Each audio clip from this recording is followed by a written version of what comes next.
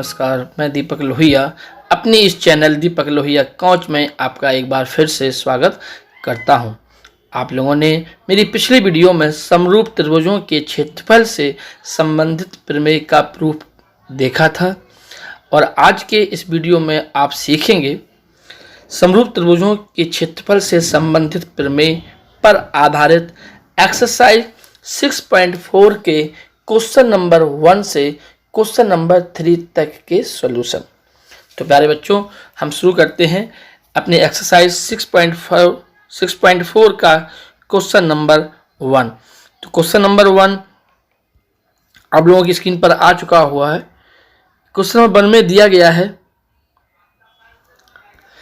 कि मान लीजिए triangles ABC and triangle DEF हैं और इनके क्षेत्रफल, इनके एरिया दिए गए हैं 64 centimetre square and 121 centimetre square.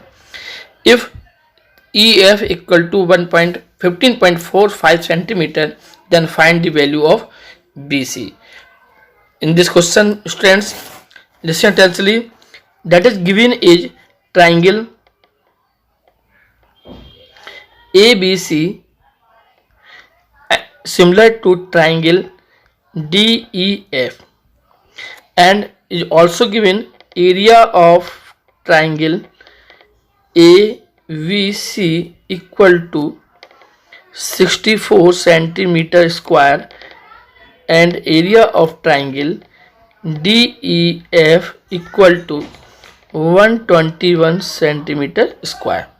Here side EF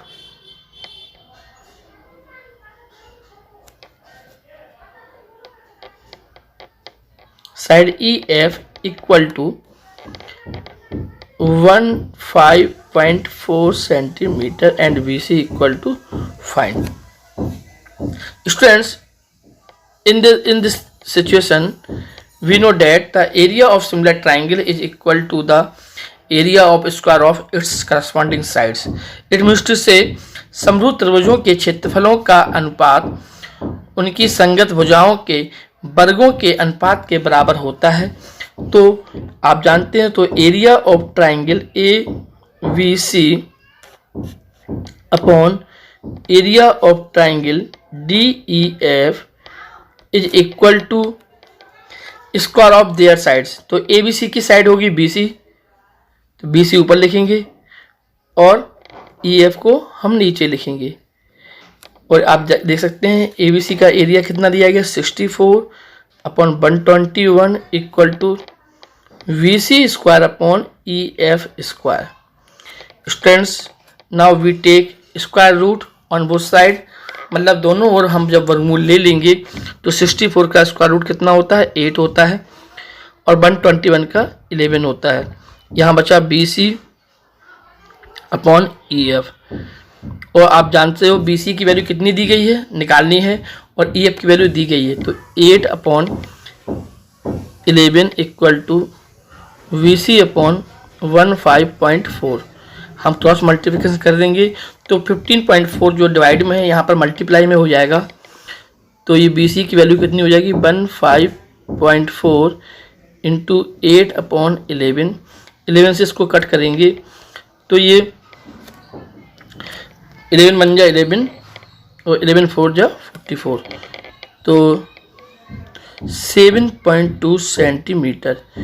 तो BC की जो लेंथ आ गई है वह आ गई है 7.4 centimetre. That's your answer. Now we go one question number 2। Here question number 2 is your in screen.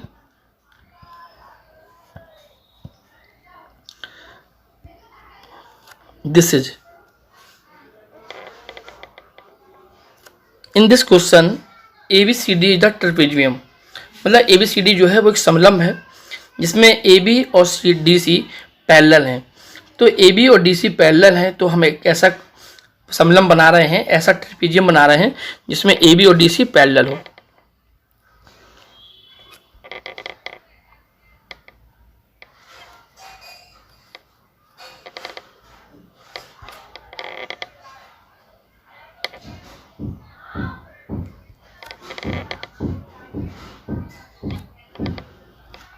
देखिए स्टूडेंट्स, मैंने एक ऐसा ट्रेपेजियम बनाया है जिसमें ए बी और सी डी पैरेलल है। यहाँ पर इन दोनों के विकर्ण मतलब डायगोनल एक दूसरे को पॉइंट ए पर इंटरसेक्ट करते हैं, तो हमें इसके डायगोनल भी बनाना है, तो डायगोनल भी बना दिए हमने।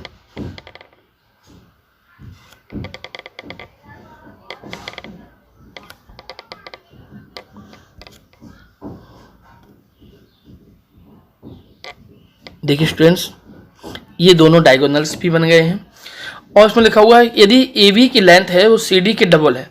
प्यारे बच्चों समझना गौर से, ए बी की लेंथ सी डी से डबल है, मतलब ए बी बड़ी है और सी डी छोटी है, तो डेफिनेटली हमें क्या करना पड़ेगा, यहाँ पर ए बी और सी डी, क्योंकि ए बी बड़ी है और सी डी छोटी है।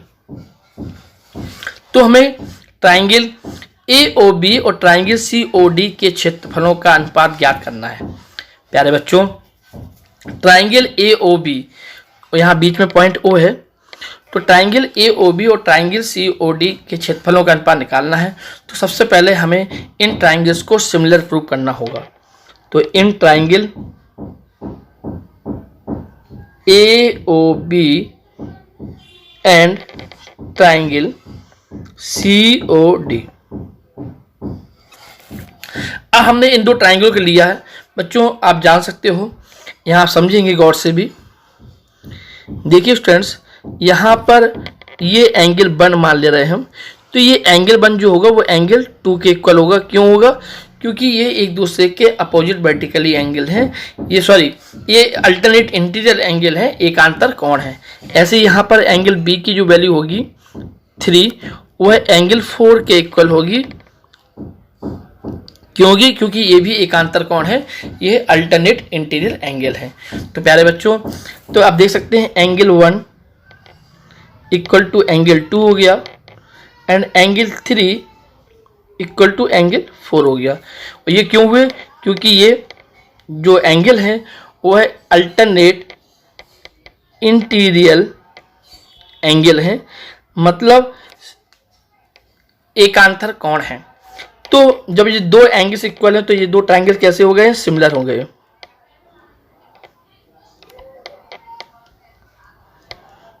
कौन से रूल से हो गए हैं सिमिलर?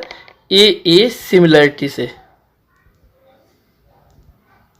ए सिमिलरिटी से ये ट्रायंगल्स सिमिलर हो चुके हैं। आप जानते हो सिमिलर ट्रायंगल्स में एरिया का ratio, area of triangle A O B upon area of triangle C O D, इनका रेशियो जो होता है उनकी करस्पॉन्डिंग साइड्स के स्क्वायर के इक्वल होता है। तो करस्पॉन्डिंग साइड यहाँ पर ए बी के करस्पॉन्डिंग साइड डी सी है और यहाँ पर ए ओ बी में ए बी आया तो ए बी का स्क्वायर अपॉन डी सी का स्क्वायर। ए बी की वैल्यू कितनी है? यहाँ पर लिखा है since A B equal to 2DC, तो यहाँ पर ए बी की जगह पर हम रख दे रहे हैं 2DC, तो 2DC का होल स्क्वायर अपॉन DC का स्क्वायर, तो ये हो गया 4DC square upon DC square, DC से DC कैंसिल हो गया। तो इनके एरिया का रेशियो जो आया वह आया 4:1। प्यारे बच्चों, आपने देखा कितने इजी तरीके से हमने इसको सॉल्व किया, पर इसमें हमें पहले इसको सिमिलर ट्रायंगल प्रूव करना था। चलिए चलते हैं 3 की ओर। तो क्वेश्चन नंबर 3 आप लोगों की स्क्रीन पर आ चुका है। क्वेश्चन नंबर 3 में आप देखें तो यहाँ पर लिखा हुआ है एक ही आधार BC पर दो त्रिभुज ABC और DBC बने हुए हैं। On the same base BC there are 2 triangle ABC and DBC।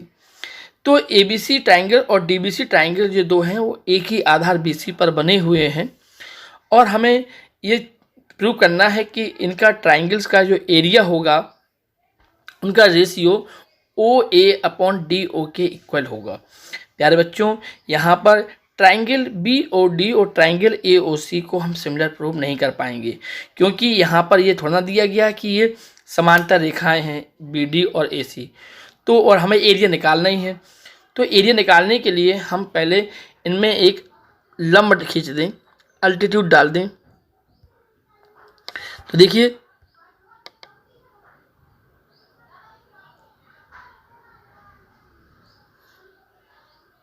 Point A से हमने एक अल्टीट्यूड डाला हुआ है, ऐसे पॉइंट D से एक अल्टीट्यूड डाल देंगे। अल्टीट्यूड माने होता है शीर्ष लंब, और हम ये मान ले रहे हैं कि ये पॉइंट P हो गया और ये पॉइंट Q हो गया। तो आप देखें हमने लिख दे रहे हैं ड्रॉ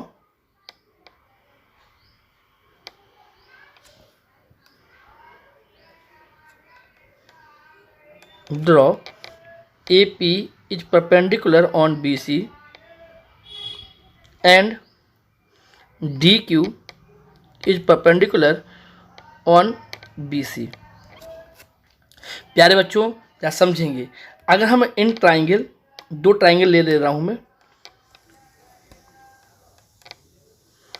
इन ट्राइंगल APO, ध्यान देना APO एंड ट्राइंगल DQO, हम इन दो ट्राइंगल को अगर ले लें तो आप देख सकते हैं कि यहाँ पर angle APO equal to angle DQO क्यों है, क्योंकि ये दोनों ही 90 डिग्री हैं, ईच 90 डिग्री हो गया। और एंगल AOB यहाँ देखो, ये वाला एंगल इस वाले एंगल के इक्वल होगा। तो एंगल AOB एंगल DO क्यों के इक्वल होगा, क्योंकि ये अपोजिट वर्टिकली एंगल हैं, मतलब शीर्षाभिमुख कोण हैं। और दो एंगल इक्वल होने पर ये ट्राइंगल कैसे हो जाते हैं, सिमिलर हो जाते हैं। तो triangle APO is similar to triangle DQO। और सिमिलर ट्राइंगल में करस्पॉन्डिंग साइड्स का रेशियो कैसा होता है, इक्वल होता है। तो मतलब AP upon DQ equal to AO upon DO। अब जरा समझें, हमें इनका क्षेत्रफल निकालना है। तो area of triangle ABC upon area of triangle DBC। तो आप जानते हो फॉर्मूला क्या होता है, हाफ बेस इनटू हाइट। तो हाफ बेस कितना हो गया, BC हो गया, हाइट कितनी है इसकी AP, और ऐसी हाफ बेस इनटू हाइट, तो बेस कितना है BC, हाइट यहाँ पर DQ है, यहाँ से ये कैंसिल हो गया।